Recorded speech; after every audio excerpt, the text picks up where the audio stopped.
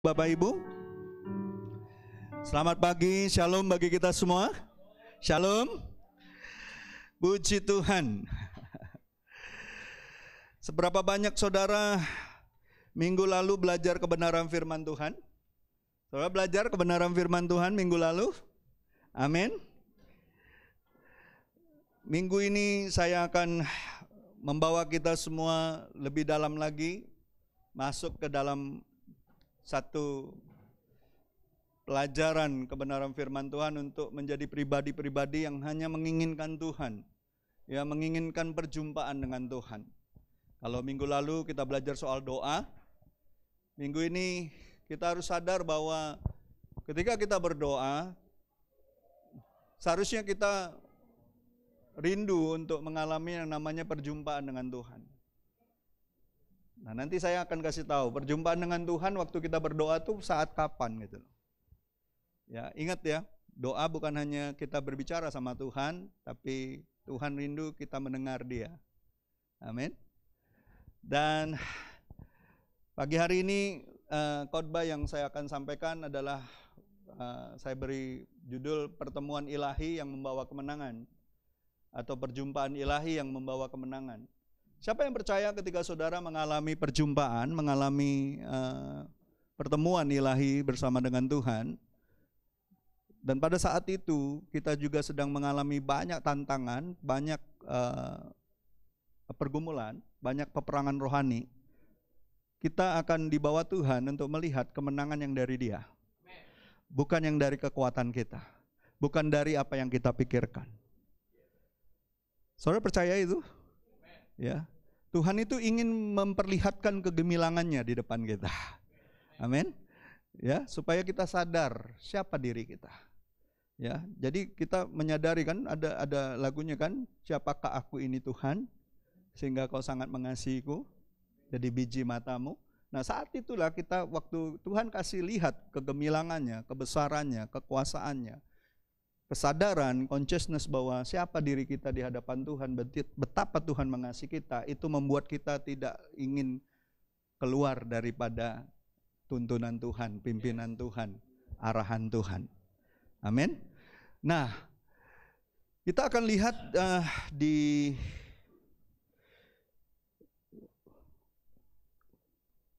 Yosua 5 ayat ke-13 dan ke-15.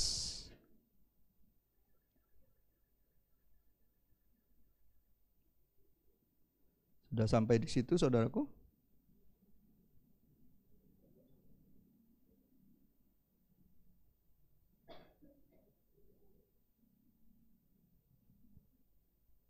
Ada di situ?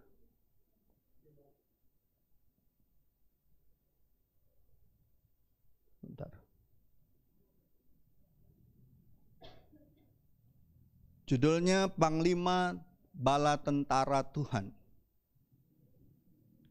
Ini cerita, ini ketika Yosua menggantikan Musa untuk masuk tanah Kanaan, dan mereka sampai ke satu tempat, ya, di mana mereka akan berhadapan dengan satu kota namanya Yeriko, ya. Dan kita lihat apa yang terjadi, ya, sebelum mereka melakukan apa yang Tuhan perintahkan untuk menaklukkan tanah Kanaan dengan begitu banyak suku bangsa yang tidak mengenal Tuhan, yang barbar, yang sangat dibenci oleh Tuhan karena penyembahan berhala, ya, karena hal-hal yang membuat mereka itu di mata Tuhan mereka adalah bangsa yang sangat keji. Dan Tuhan itu, nanti kita lihat bagaimana Tuhan itu mengacungkan pedangnya, ya, melalui malaikat Tuhan.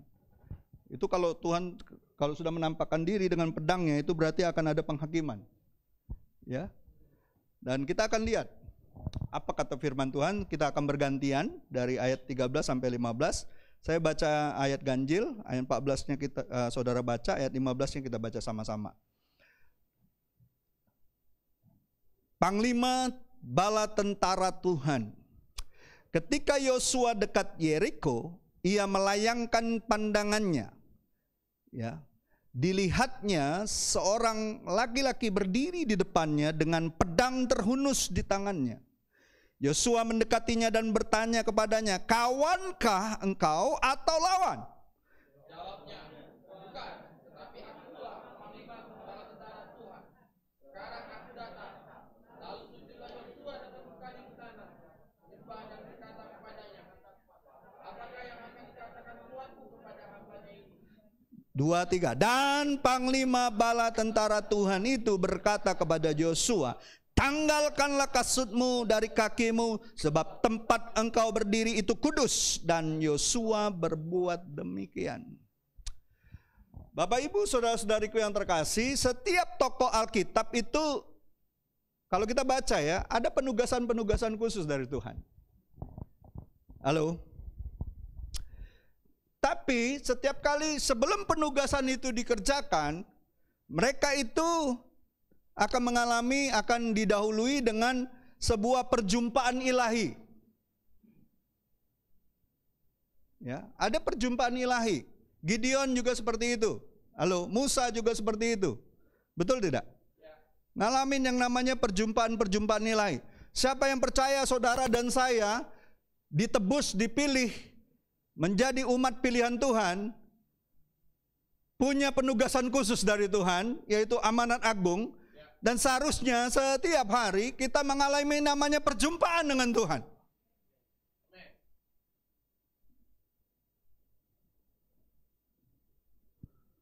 Ya, bagaimana kita mau menceritakan? Kan dibilang kita ini bangsa yang terpilih, umat yang diurapi Tuhan, imamat yang rajani, yang akan menceritakan.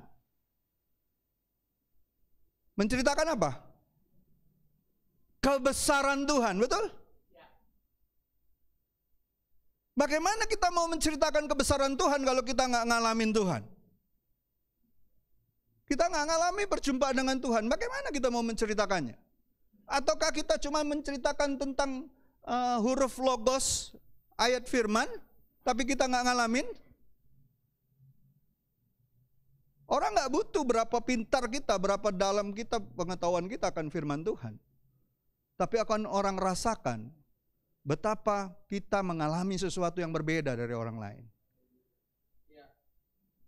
Makanya orang-orang Yahudi pada saatnya Yesus jadi anak manusia, ketika orang-orang itu dengar pengajaran Yesus dan disertai dengan tanda dan mujizat, disertai dengan banyak perkara-perkara yang belum pernah mereka lihat. Mereka kan bilang, yang seperti ini belum pernah kami lihat. Berbeda, Yesus mengajar bukan hanya dengan kasih, tapi dengan kuasa. Kenapa? Karena setiap hari dia ngalamin perjumpaan dengan Bapaknya. Betul tidak? Saya mau tanya, betul nggak? Iya. Kita jangan jadi orang Kristen yang cuma sekedar tahu firman Tuhan banyak, tapi nggak pernah ngalamin Tuhan. Kalau kita tahu banyak, tapi kita nggak ngalamin kasih Tuhan, kita nggak ngalami kuasa Tuhan, kita nggak ngalami perjumpaan dengan Tuhan, yang terjadi kita akan jadi orang-orang seperti orang Farisi. Ketika lihat orang berdosa, ketika lihat orang lain yang tidak serohani kita pikir kita mulai menghakimi. Ingat, pulang dari gereja ini, saudara ke rumah dan melihat ada saudaramu yang nggak ke gereja dan kau merasa lebih baik dari dia, kau sudah gagal ibadahmu. Gagal ibadahmu. Karena kau merasa lebih baik dari dia.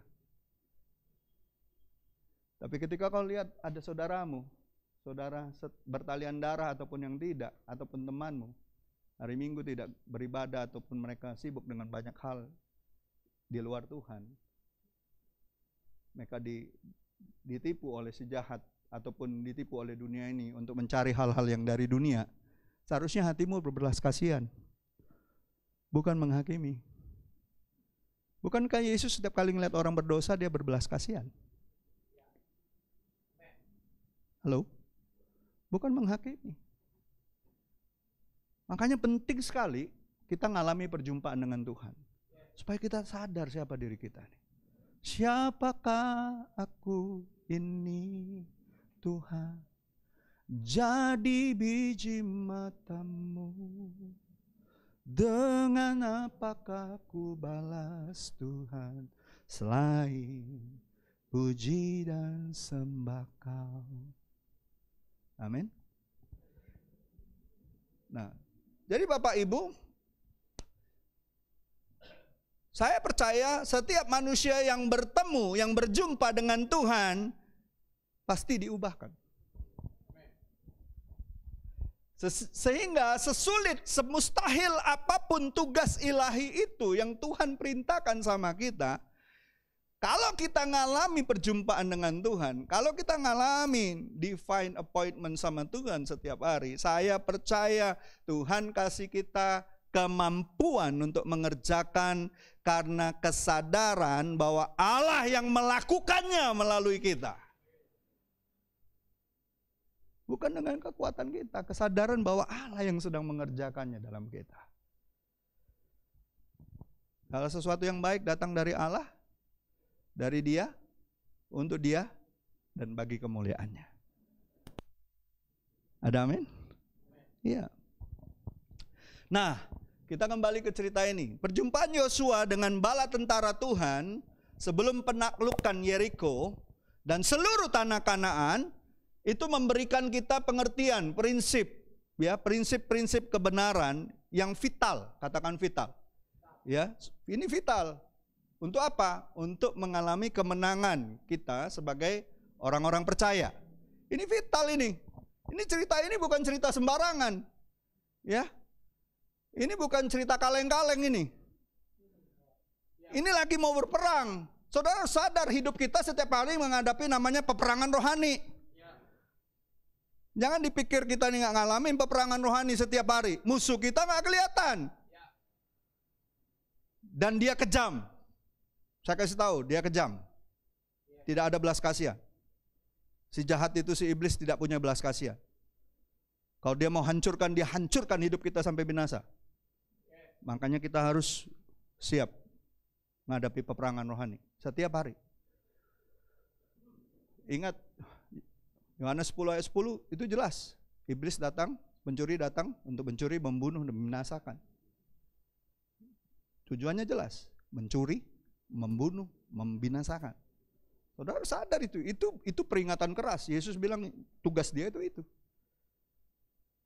Tapi dia datang, kalau dia datang ke kita, dia ingin memberikan kita hidup yang berkelimpahan. Berkelimpahan dalam segala hal. Kalau saudara dengar kata berkelimpahan, jangan pikirannya uang. Berkelimpahan itu dalam segala hal. Baik hal-hal yang jasmani maupun yang rohani. Ya. Nah, apa saja prinsip yang perlu kita renungkan pagi hari ini? Yang pertama, itu tentang posisi dan identitas. Saudara, kita hidup bernegara aja, berbangsa, sebagai warga negara yang baik, punya identitas toh. Ada yang di sini nggak punya KTP? Ada yang belum urus KTP? Atau sebagai warga dunia lah, pasti ada identitas lah. Ya kan? Mau pergi ke luar negeri aja kita harus punya paspor, identitas, betul nggak? Ya, kita tahu posisi kita sebagai warga negara Indonesia, betul nggak? Yang kita punya tugas dan tanggung jawab. Nah, sebagai orang Kristen, kita harus tahu posisi dan identitas kita. Ya. Supaya kita sadar nih, waktu Tuhan bertemu dengan kita sadar posisi kita dan identitas kita di hadapan Tuhan. Ya. Dikatakan di dalam bahasa Inggris, di King James Version-nya itu, Panglima bala tentara Tuhan itu dikatakan the commander of the army of the Lord. Ya. Adalah malaikat Tuhan. Kalau dalam bahasa aslinya itu malaikat Yahweh. Ya. Ayat 15-nya itu menunjukkan kekhususan dia. Ayat 15-nya itu menunjukkan kekhususannya. Apa ayat 15 itu? Ayat 15 ngapain Joshua? Kalau dia cuma sekedar malaikat biasa, Joshua tidak menyembah dia. Ada kekhususan dengan malaikat yang satu ini. Makanya dibilang malaikat Tuhan. Ya. Malaikat Tuhan adalah malaikat yang khusus, yang dibedakan dengan malaikat biasa. Karena itu ada beberapa penafsiran yang mengatakan bahwa malaikat Tuhan itu bentuk teofani dari Allah yang Esa, yang mempunyai fungsi untuk menyatakan diri kepada manusia. Dan sering menyatakan diri dalam bentuk malaikat atau rupa manusia. Ingat nggak, Abraham pernah ditemui di bawah pohon di Tarbantin di Mamre, itu dalam bentuk manusia, 3 orang, betul nggak? Karena apa? Kalau Allah dalam form Allah yang penuh dengan kemuliaan, nggak mungkin bisa kita lihat. Kalau kita orang berdosa langsung mati kita.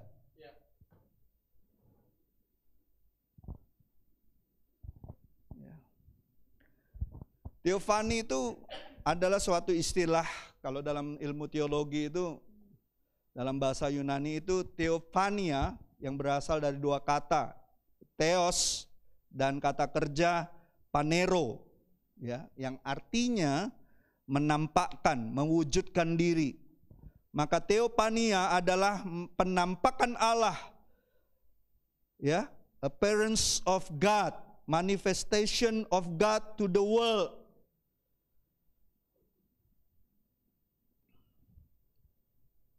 Kalau kita perhatikan ada yang menarik di sini, ya. Ada yang menarik di sini. Pertanyaan Joshua itu menarik sebenarnya. Ya, kepada panglima tentara Allah itu.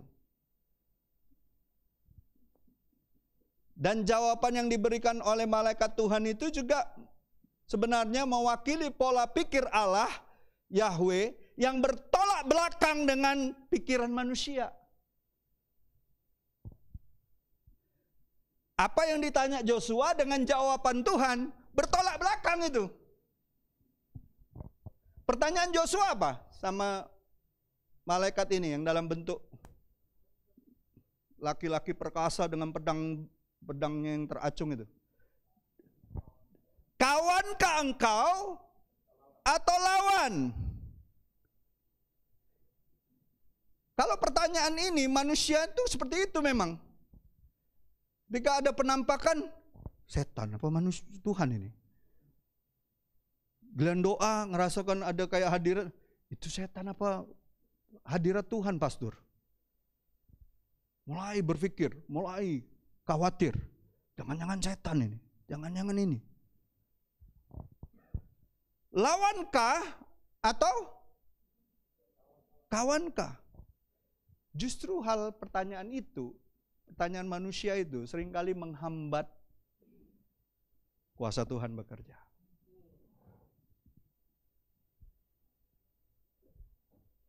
Seringkali pertanyaan yang seperti itu menghambat kita untuk maju menghadapi tantangan-tantangan hidup kita dan menghambat ujian iman kita sepenuhnya bergantung kepada Tuhan. Justru dengan pertanyaan itu, Joshua berpikirnya seperti manusia. Kalau lawan, aku lawan. Kalau kawan, ayo kita bersama-sama. Itu pikiran manusia seperti itu, kalau lagi menghadapi musuh. Ya. Akhirnya melihat Allah itu sebagai sekutu atau musuh. Itulah manusia. Kalau Allah nggak nolong kita, mulai jauhi Tuhan, mulai musuhin Tuhan. Halo? Mulai doanya ngancam. Nggak bisa seperti itu. Kita harus melihat Allah itu dengan iman. Percaya bahwa dia Allah Immanuel. Baik dia lagi berdiam diri, tidak melakukan apapun, hanya melihat kita, ataupun dia sedang melakukan sesuatu atas hidup kita. Halo? Pertanyaan Joshua ini dijawab sama Tuhan. Jawabannya apa? Kaget nggak saudara jawabnya apa? Lawankah atau kawankah? Tuhan ngomong, bukan dua-duanya. Bahasa Palembangnya, bukan dua-duanya. Nah, ngapa kau? Kan bukan keduanya, dia bilang. Betul nggak? Kawankah engkau atau lawan? Jawabannya bukan. Ya, ini kan bahasa Indonesia. Bukan, kalau bahasa Palembang, bukan dua-duanya.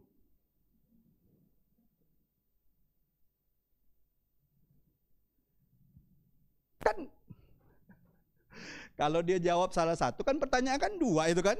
Lawankah atau kawankah? Kalau dia jawab salah satu, pasti jawab aku lawan atau aku kawan. Betul nggak? Dan dia kan jawabnya bukan. Artinya apa? Bukan dua-duanya.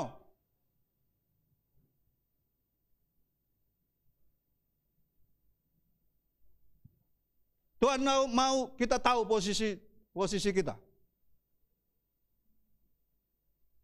Bukan kita yang ngatur Tuhan. Tuhan yang ngatur kita. Dia bilang apa? Ya. Lalu dibilang apa?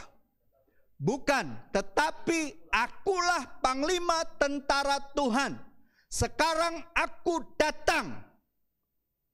Tuhan yang datang. Saudara tahu nggak?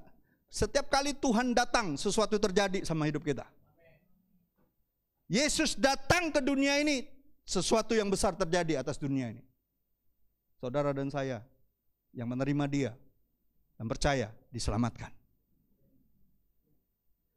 Artinya gini, Tuhan mau ngomong gini sama Joshua, aku bukan kawan, aku bukan lawan, aku yang mimpin kamu. Bukan kamu yang menentukan siapa lawan, siapa kawan. Aku yang pimpin kamu. Ya. Dia mau tahu, Joshua tahu bahwa penaklukan seluruh tanah Kanaan, dimulai dari kota Yeriko, itu semua adalah penaklukan yang dilakukan oleh Allah sendiri.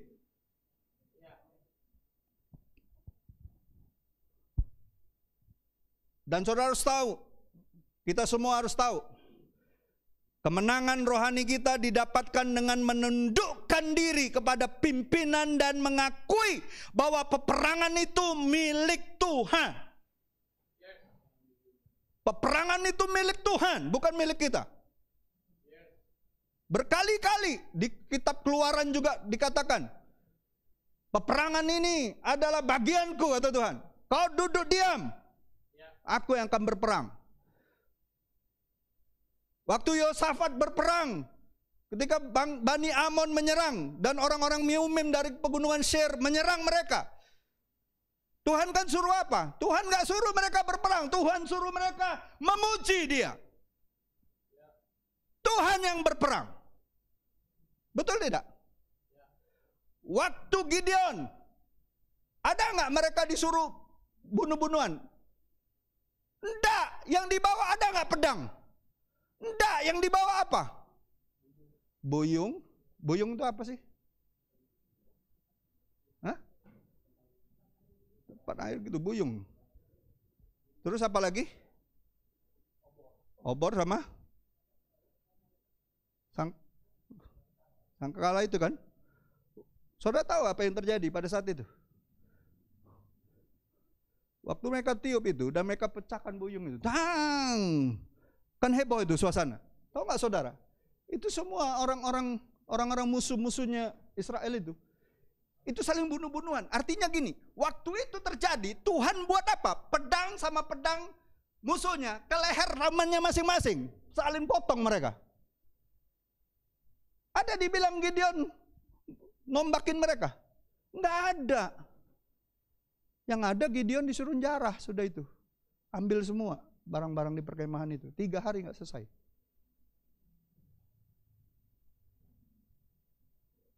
Ingat, kemenangan peperangan rohani kita itu harus dilandasi dengan penundukan diri kepada pimpinan dan mengakui bahwa peperangan rohani itu milik Tuhan. Makanya waktu Gideon sebelum berperang disuruh sortir kan. Dari 30.000 turun jadi berapa? 10. Terus turun lagi. Turun lagi jadi berapa? Cuman 300. Tahu nggak Tuhan bilang apa? Itu supaya mereka tidak mengagul-ngagulkan diri bahwa peperangan itu dimenangkan oleh kekuatan mereka. Bangsa Israel tuh tidak beda jauh dengan Alfian dan saya. Dan saudara semua. Jangan-jangan kaget dia tuh ngomong, karena kekuatankulah bisa memenangkan peperangan ini. Tuhan nggak mau itu. Yang Tuhan pilih hanya 300 orang yang minum dengan menyedokkan tangannya ke mulutnya. Bukan yang menjilat seperti anjing. Jangan jadi orang Kristen penjilat. Hanya ingin menyenangkan manusia. Senangkan Tuhan saja. Orang yang minum dengan air yang ditaruh di mulut itu berbicara apa? Orang-orang yang awareness. Yang sigap melihat situasi sekitarnya. Mereka lah yang siap untuk berperang. Mereka lah orang-orang yang tidak gampang takut. Orang-orang yang mengenadahkan tangannya berbicara tentang orang-orang yang mau diajak perkara-perkara rohani, yang mau diajak berdoa, yang mau diajak berperang. Bukan penjilat-penjilat. Kenapa ya kira ada yang salah-salah selalu anjing yang disalahkan?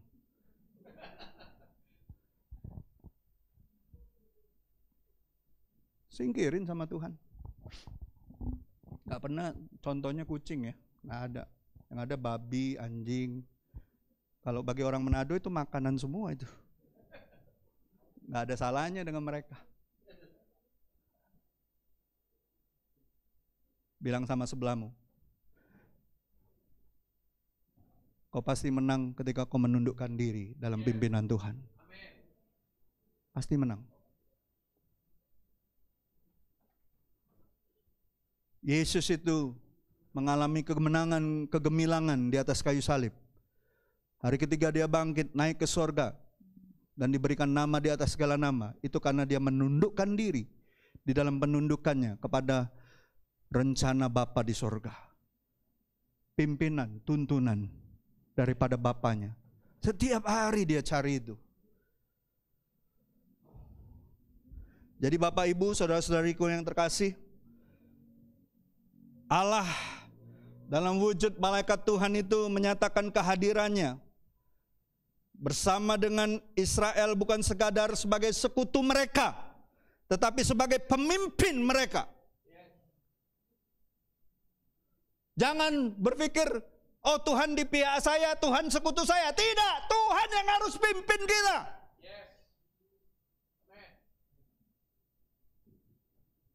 Jangan atur Tuhan. Nyanyi aja seperti anak sekolah minggu. Suka-sukamu Tuhan. Suka-sukamu Tuhan. Mau kau bawa aku kemana? Suka-sukamu Tuhan.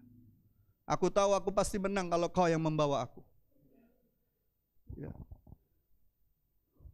Perang yang kedalamnya saat itu akan dialami oleh bangsa Israel yang terlibat di dalam perangnya Tuhan. Ya. Sebab apa? Sebab orang-orang suku-suku yang ada di tanah Kanaan, suku Amori, suku Yebus, semua itu di mata Tuhan adalah kekejian. Saudara baca itu banyak itu di Kejadian 15 ayat 16, Ulangan 9, Ulangan 18 disebutkan semua kejahatan mereka. Ya. Saya mau kasih tahu, Israel itu hanya bagian daripada divisinya Allah.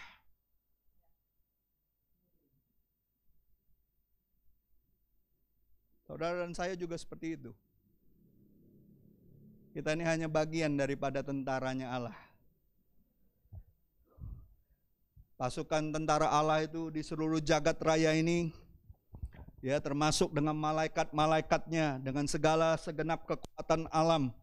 Ya saudara baca di Alkitab banyak dikatakan Allah itu dibilang tentara, ya tentara perang, tentara alam semesta.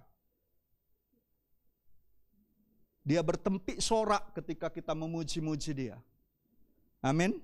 Ya, pertempuran yang akan mereka alami dalam pertempuran besar itu, mereka harus sadar mereka dipimpin oleh Tuhan yang besar. Ya. Dan saudara tahu, ada 3 bagian peperangan besar di cerita Yosua itu. Kalau saudara baca Yosua 6-11 itu semua peperangan. Tentang peperangan mereka. Ya, ada penaklukan di situ. Ya. Saudara nanti baca sendiri. Saya nggak perlu jelasin satu persatu. Saudara harus baca firman-Nya. Bagaimana Tuhan memakai Israel, Yosua dan seluruh Israel.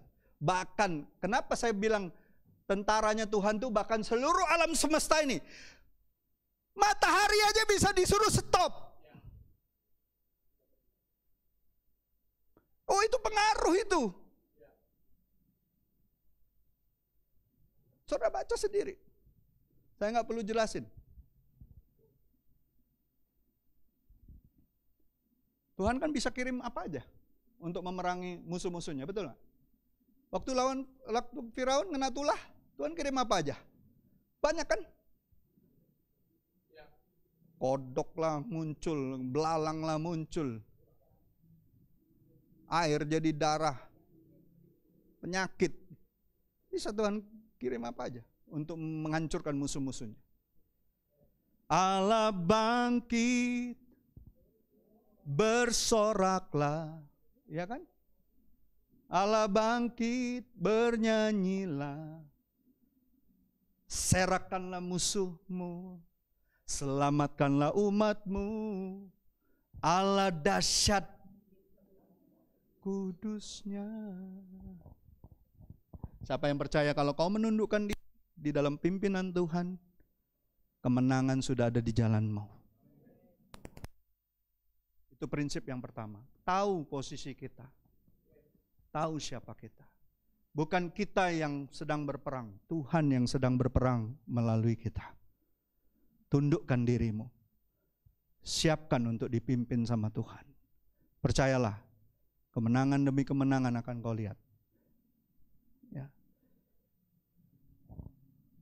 Nah, kalau saudara baca terus ya, kisah ini ya. Habis Yeriko ditaklukkan, Israel kan main-main pemimpinnya. Ada yang nyimpen berhala kan? Akan dan teman-temannya sepuaknya. Halo, apa yang terjadi? Kota yang lebih kecil, kota Ai, nggak mampu mereka taklukkan. Bayangin kota yang besar, Yeriko mampu ditaklukkan karena mereka nurut sama apa perintah Tuhan. Karena dipimpin sama Tuhan. Tapi ketika mulai main dosa-dosa kecil pun mereka main-main di situ. Kota yang lebih kecil akhirnya mampu mereka kalahkan.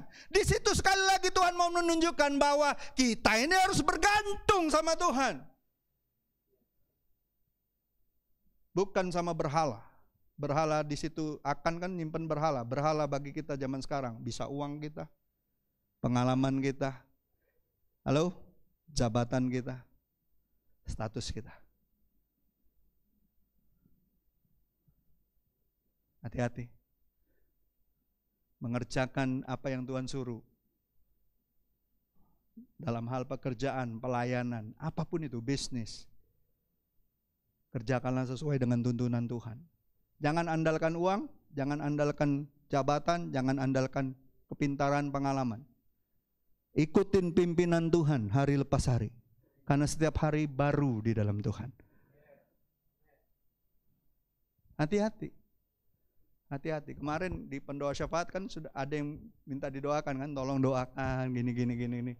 Saya cuma satu jawaban. Ini pendoa syafaat jadi saksi. Saya bilang terus minta Tuhan tuntun, pimpin. Kalau Tuhan kasih keputusan, apa yang dia tutup tidak akan pernah dibuka. Apa yang dia buka tidak akan pernah ditutup. Pegang prinsip-prinsip firman Tuhan. Saya nggak akan kasih nasihat di luar itu. Mungkin saya nggak tahu banyak bisnis, trik-trik bisnis ataupun apalah istilah-istilahnya. Yang saya tahu kalau kau tundukkan diri, ikuti cara Tuhan, apapun pekerjaanmu, apapun yang kau sedang lakukan, Tuhan akan buat itu berhasil. Itu jaminannya kok. Dari awal Joshua sudah dibilang kan, Jos, jangan lupa merenungkan dan memperkatakan firman-Ku. Renungkan siang dan malam supaya kau bertindak. Hati-hati.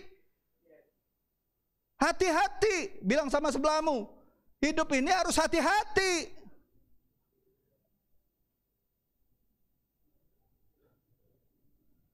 Supaya apa? Perjalanan kita berhasil, hidup kita beruntung. Tujuannya apa? Supaya kita jadi berkat bagi banyak orang.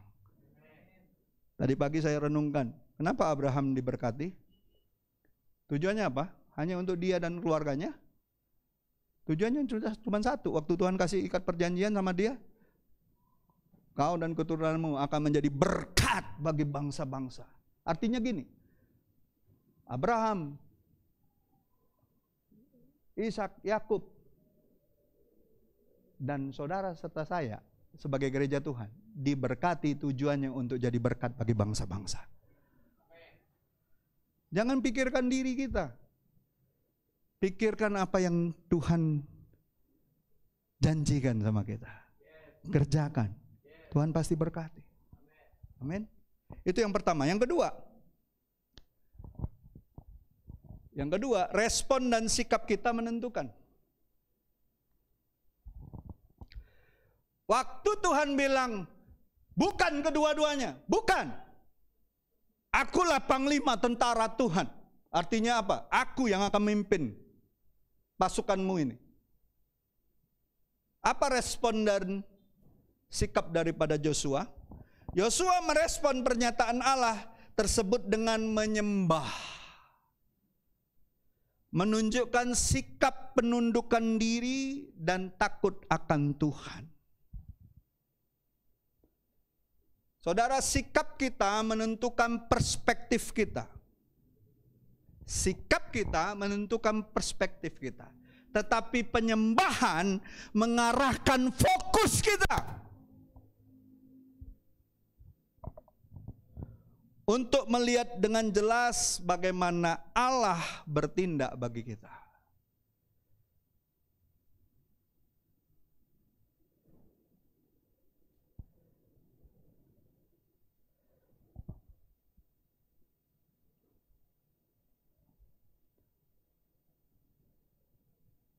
Ingat ya, kita ini kadang-kadang punya perspektif ingin apa yang Tuhan mau kita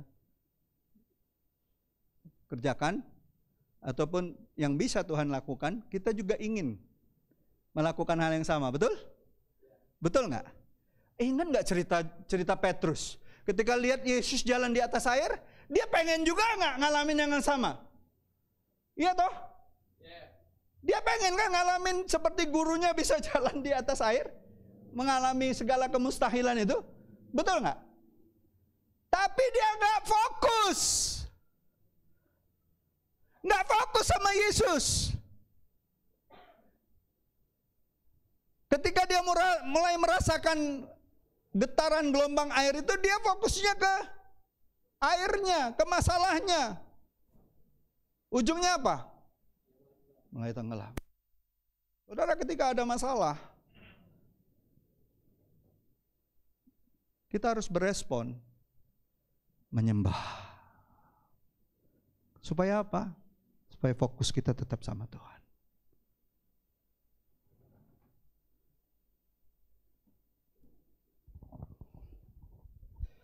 Ya, sikap menentukan perspektif kita, tetapi penyembahan mengarahkan kita untuk melihat dengan jelas bagaimana Allah bertindak bagi kita. Waktu dia mulai tenggelam, dia fokus lagi kan sama Tuhan, betul nggak? Dia lihat lagi kan ke Tuhan, Tuhan. Doa tersingkat di dunia itu doanya Petrus tuh, Tuhan, tolong. Siapa yang sudah doanya sudah nggak sanggup lagi berkata-kata, cuman bilang, Tuhan, tolong. Ada yang sudah doa seperti itu, nggak sanggup lagi berkata-kata, cuma ngomong Tuhan tolong. Tapi percayalah, ketika kau betul-betul menyembah dan berdoa, fokusmu kembali kepada Tuhan. Kalaupun kau hampir tenggelam, Tuhan tidak akan izinkan kau tergeletak dan tenggelam. Tuhan akan angkat kembali. Saya suka sekali gambar yang Tuhan Yesus lagi nganuin tangan kayak gini ke air itu. Kan itu kegambaran Petrus sudah hampir tenggelam kan? Dia ngarahkan tangannya, dia mau angkat. Amin. Jadi Bapak Ibu, pernyataan Allah terakhir apa setelah dia menyatakan bahwa akulah tentara Allah, ayat 15-nya dikatakan apa? Kan Joshua kan nyembah kan? Betul nggak?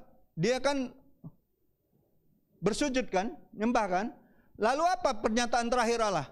Kalau kita dalam penyembahan, kalau kita sudah masuk di dalam penyembahan, Tuhan nyatakan ini, tanggalkan kasutmu dan lihat tempat ini kudus. Artinya gini, waktu kita kembali fokus sama Tuhan, Tuhan mau kita melepaskan segala hal yang tidak benar.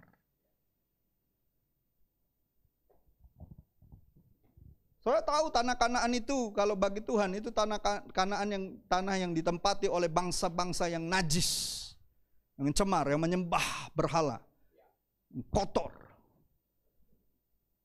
Dan ketika Tuhan datang ke situ, Dia mau menyatakan kepada umatnya, tempat itu jadi kudus. Harus jadi tempat yang kudus. Amin. Ada amin saudaraku? Kita percaya dimanapun kita berada, kemanapun Tuhan bawa kita, waktu kita mengundang hadirat Tuhan, kehadiran Tuhanlah yang menguduskan dimanapun kita berada. Makanya saya nggak percaya ada tempat-tempat yang katanya ada roh jahat seharusnya membuat kita menjadi takut. Tidak, saudaraku. Waktu kita hadir di tempat itu, waktu kita ada di komunitas yang begitu jahatnya, yang begitu kotornya, bahkan tempat-tempat itu dipakai untuk tempat pelacuran, mungkin tempat hal yang tidak benar. Saya percaya waktu saudara hadir di situ, mengundang hadirat Tuhan, Tuhan hadir di situ, saudara harus percaya tempat itu dikuduskan Tuhan.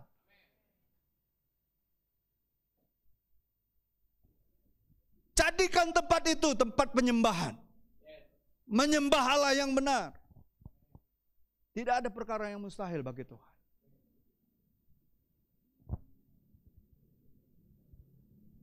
Menanggalkan kasut adalah tanda seorang hamba. Amin. Kita semua ini hamba Tuhan. Bukan hanya saya dan beberapa orang yang mungkin ditetapkan menjadi hamba Tuhan secara organisasi. Setiap kita adalah hamba Tuhan. Kenapa saya berani katakan itu? Alkitab katakan itu. Kita ini sudah dibeli, dibayar lunas oleh Yesus dengan darahnya. Berarti kita ini budak, hamba kebenaran. Tidak ada satupun di sini yang bukan hamba Tuhan. Semua hamba Tuhan. Saudara baca kitab Roma. Surat rekomendasi kita ada di situ. Di kitab Roma itu. Semua orang yang sudah ditebus adalah hamba Tuhan. Hamba kebenaran. Bilang sama sebelahmu, kau juga hamba Tuhan. Oh, hamba Tuhan. Sikapmu harus seperti hamba, menanggalkan kasut. Ya. Tanggalkan kasutmu dari kakimu, sebab tempat engkau berdiri itu kudus. Bandingkan dengan waktu kejadian Musa ngelihat semak belukar berapi itu, betul? Sama kan? Perjumpaannya hampir mirip kan? Tanggalkan kasutmu. Tanah tempat kau berpijak itu kudus. Sama, ya. Nah disitulah tadi saya bilang, kenapa malaikat itu malaikat yang khusus? Karena dia menyatakan kekhususan Allah. Nggak mungkin kalau dia malaikat biasa, tempat itu kudus, tempat nyembah. Kalau malaikat biasa nggak mau dia disembah. Halo? Ya. Jadi benar, malaikat itu malaikat yang khusus karena dia menyandang atribut Allah. Ya. Yang kudus. Sehingga dalam kehadirannya, Yosua melakukan apa yang mirip dilakukan oleh mentornya, Musa, ya, ketika bertemu dengan Allah. Menanggalkan kasut itu sekali lagi adalah tanda bahwa kita adalah hamba. Kita bersikap hormat. Kita tunduk kepada hadirat Tuhan. Kita sadar bahwa dimanapun Tuhan berada dengan kita, tempat itu suci bagi Tuhan. Amin. Tuhan bukan hanya yang kudus dalam penebusan kita. Catat baik-baik. Tuhan bukan hanya yang kudus dalam penebusan kita dengan menyediakan Yesus sebagai Tuhan dan Juru Selamat kita. Tapi Tuhan juga adalah yang kudus dalam peperangan rohani kita. Amin. Karena Dia sudah nyatakan bahwa Dia adalah Juru Selamat yang sudah datang dan akan datang kedua kalinya. Waktunya makin dekat. Waktunya makin dekat. Tanggalkan kasutmu. Sadari diri kita. Kita ini hamba. Saya kasih statement ini. Orang yang tidak mengalami atau tidak memiliki perjumpaan dengan Tuhan tidak mungkin memiliki takut akan Allah dan hidup dalam kemenangan. Nggak mungkin. Percayalah. Orang yang nggak ngalami perjumpaan dengan Tuhan tidak mungkin memiliki takut akan Allah.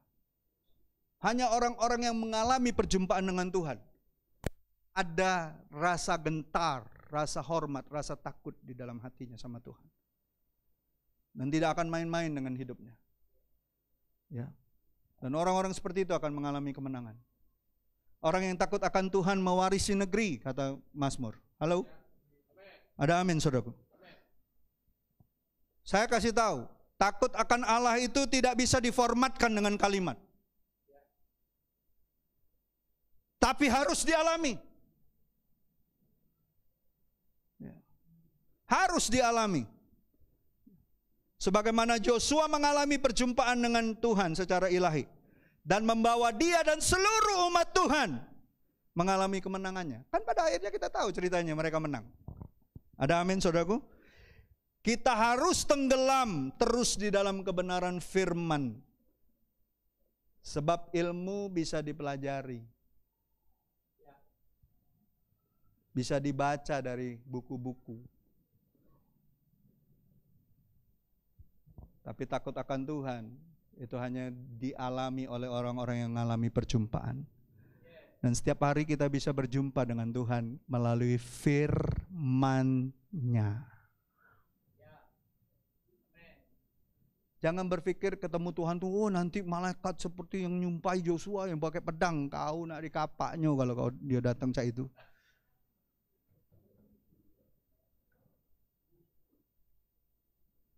Ngalami perjumpaan dengan Tuhan hari-hari ini adalah melalui firman-Nya.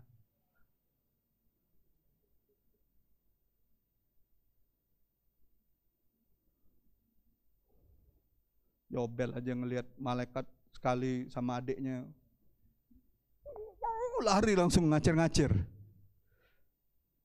Apa itu, Pak? Saya percaya ketemu Tuhan itu setiap hari melalui firman-Nya. Firman yang menjadi anak manusia kan Yesus. Pada mulanya adalah firman. Dan firman itu bersama dengan Allah. Dan firman itu adalah Allah itu sendiri. Mengalami Tuhan setiap hari. Baca firman-Mu. Baca firman.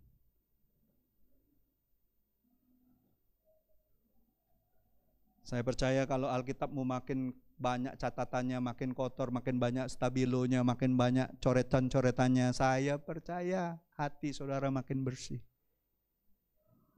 Tapi jangan pulang dari sini saudara coret-coretin. Biar kejingoan supaya kau kelihatan kalau komsel. Oh. Bukan. Itu namanya ngotai Tuhan dan sesama. Tapi kalau Alkitabnya bersih, mulus, rapi, ndak ada coretan sama sekali, nggak ada lecek-leceknya, nggak ada koyaknya, nah itu curiga saya. Nggak pernah dibuka, disimpan aja. Ingat loh, iblis itu kejam. Waktu dia lihat hidup saudara kosong, bersih, nggak ada siapapun di situ, dia akan kembali, akan menghancurkan. Tapi kalau dia tahu di situ, di rumah, di hatimu ada Tuhan, ada firman-Nya, ada perkara-perkara yang Tuhan taruh di dalam hatimu, yang kau simpan sebagai hartamu, sebagai perabot rumah Allah, bait suci ini, dia tidak akan berani coba-coba masuk. Karena malaikat Tuhan berkeliling berkemah atas orang benar. Amin. Udah amin, saudara. Jadi Bapak Ibu, kita boleh sibuk tetapi duduk diam di kaki Tuhan dalam penyembahan, di dalam firman dan di dalam doa itu mutlak. Mutlak. Kita boleh sibuk. Saya nggak bilang saudara nggak boleh sibuk atau bekerja. Boleh, harus bekerja. Tapi bergaul dengan Tuhan, sembari kita masih memberi ruangan bergaul dengan dunia, itu hati-hati. Apalagi lebih banyak dunianya daripada bergaul dengan Tuhan. Ingat, pergaulan yang buruk merusak kebiasaan yang baik. Ya. Jadi Bapak Ibu, marilah kita masuki pertempuran rohani kita sepanjang tahun ini dengan menduduki warisan ilahi serta mengalami pembebasan, kemenangan yang Tuhan sudah sediakan. Siapa yang percaya waktu Yesus katakan sudah selesai di kayu salib, sebenarnya seluruh hal-hal yang tidak mungkin bagi kita sudah Dia selesaikan. Kemenangan sudah di tangan kita. Tinggal bagaimana kita melakukan perkara-perkara Tuhan dengan mental pemenang. Bukan lagi dengan mental seorang yang dijajah, yang diperbudak oleh dosa. Kalau kau percaya Tuhan ada di dalammu, dan kau setiap hari ngalamin Tuhan melalui firman-Nya, percayalah, Tuhan menyediakan jalan kemenangannya bagimu. Amin. Pikul salibmu itu bagian proses. Ketika mengalami penganiayaan, mengalami tekanan, kau mengalami apa? Ketekunan. Ketekunan diproses lagi untuk menjadi tahan uji. Tahan uji membuat engkau mengalami yang namanya pengharapan yang tidak mengecewakan. Itu proses. Jangan dibilang, aku punya harapan sama Tuhan, tapi gak mau diproses. Gak bisa. Awal dari proses pengharapan yang tidak mengecewakan adalah penderitaan. Kalau yang awal ini aja gagal, gak mungkin saudara bertekun. Waktu sudah tekun pun, baca firman, berdoa, tapi saudara gak terus-terusan memaintainnya, saudara gagal untuk tahan uji. Kan ada ujiannya. Yang guru-guru kan tahu, anak-anak mau naik kelas kan ada ujiannya. Amin. Jadi Bapak Ibu, mari kita masuki tahun ini dengan satu mental. Bahwa Tuhan memimpin kita, dan Tuhan mau kita sungguh-sungguh meresponi dengan sikap yang benar. Sikap kita, respon kita menentukan perjalanan iman kita. Saya tutup di sini, ayat terakhir. Kita baca sama-sama. 1 Petrus 5 ayat 6 dan 7. 2, 3. Karena itu, rendahkanlah dirimu di bawah tangan Tuhan yang kuat, supaya kamu ditinggikannya pada waktunya. Serahkanlah segala kekhawatiranmu kepadanya, sebab Ia yang memelihara kamu.